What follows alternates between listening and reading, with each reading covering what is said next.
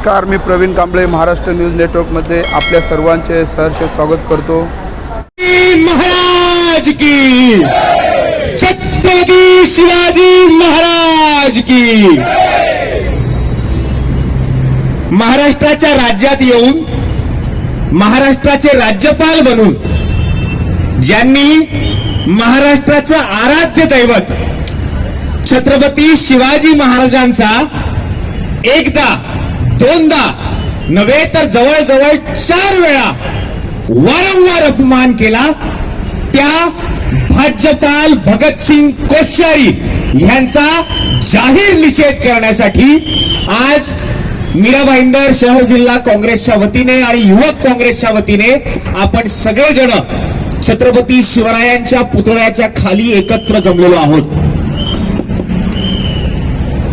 महाराष्ट्राची ही पावन भूमी, ज्या भूमीमध्ये 18 पगड जातींना वेगवेगळ्या धर्माच्या लोकांना एकत्रित बांधून छत्रपती शिवरायांनी या महाराष्ट्राचं स्वराज्य निर्माण केलं, त्या छत्रपती शिवरायांना कालचे आदर्श होते, आजचे आदर्श नागपूरचे सिमेंट किंग, नागपूरचे सिमेंट किंग नितीन गडकरी आहेत असं हे राज्यपाल कोश्यारी म्हणतात।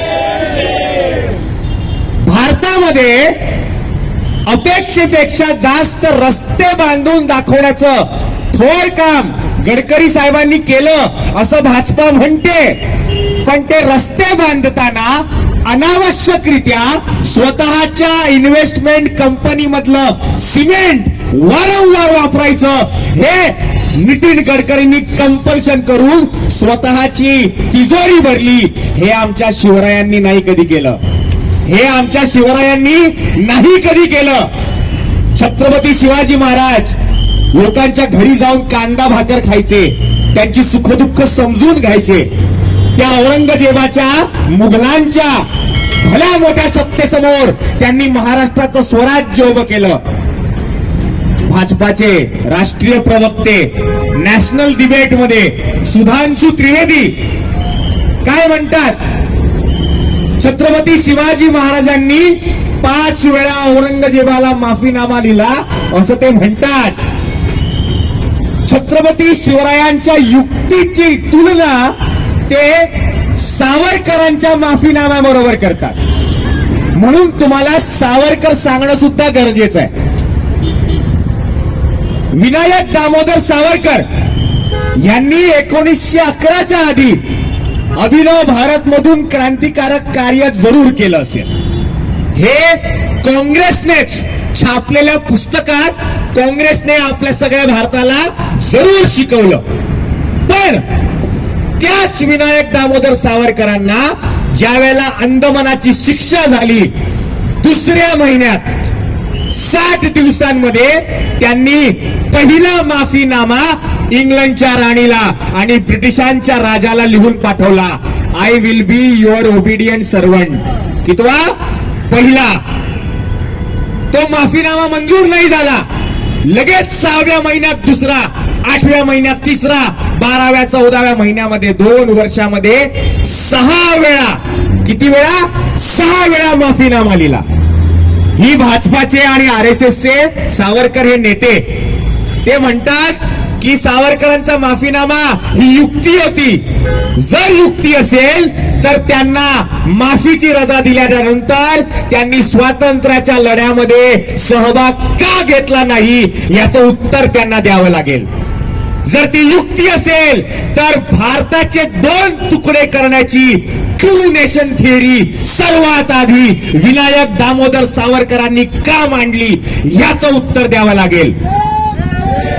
जर हे उत्तर त्यांच्याकडे नसेल तर त्यांच्या प्रवक्त्यांनी जी छत्रपती शिवरायांची तुलना विनायक दामोदर सावरकरांसारख्या माफीवीराबरोबर केली, त्यासाठी त्यांना नाक रगडून या महाराष्ट्राची माफी मागावी लागेल।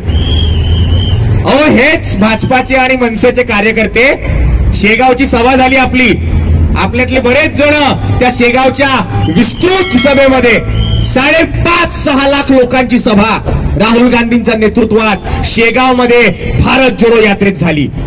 त्यावेळेला हे मनसेचे आणि भाजपचे लोक झेंडे घेऊन महाराजांचा अपमान, सावरकरांचा अपमान म्हणून त्या ठिकाणी येऊन धिंगाणा घालत होती.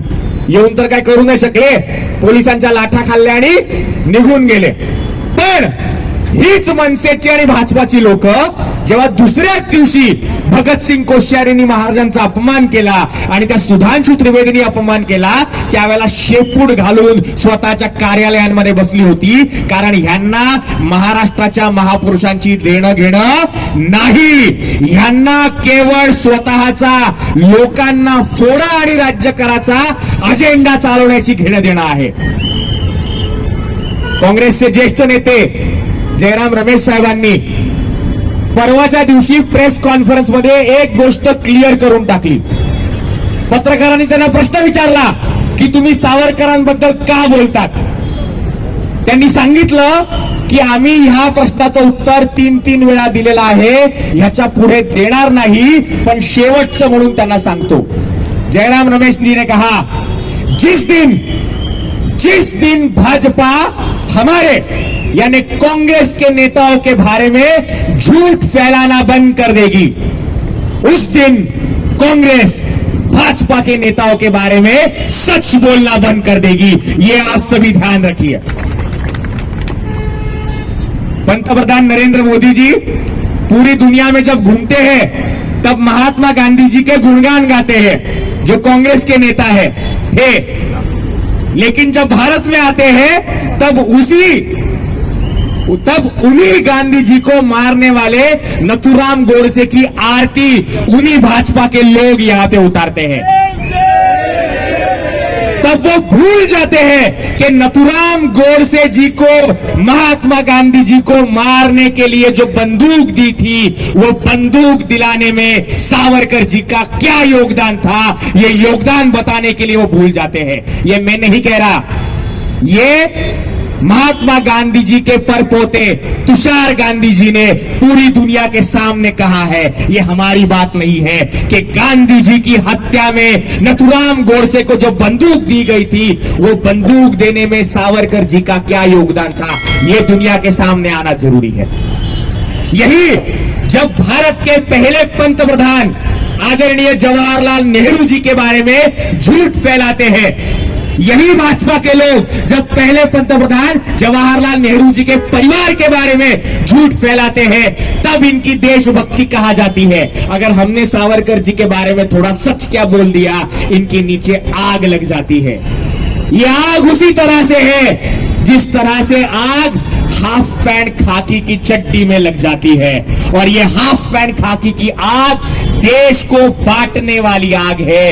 इसीलिए राहुल गांधी जी इस नफरत के खिलाफ भारत जोड़ो का नारा देते हुए आज 2000 किलोमीटर तक पैदल चल चुके हैं. यहां जितने भी लोग आप दिख रहे हैं, इन लोगों में से कितने लोग हैं जो राहुल गांधी जी की यात्रा में शामिल होकर आए हैं और भारत जोड़ो का नारा देकर आए हैं, देश को जोड़ने की बात करके आए हैं.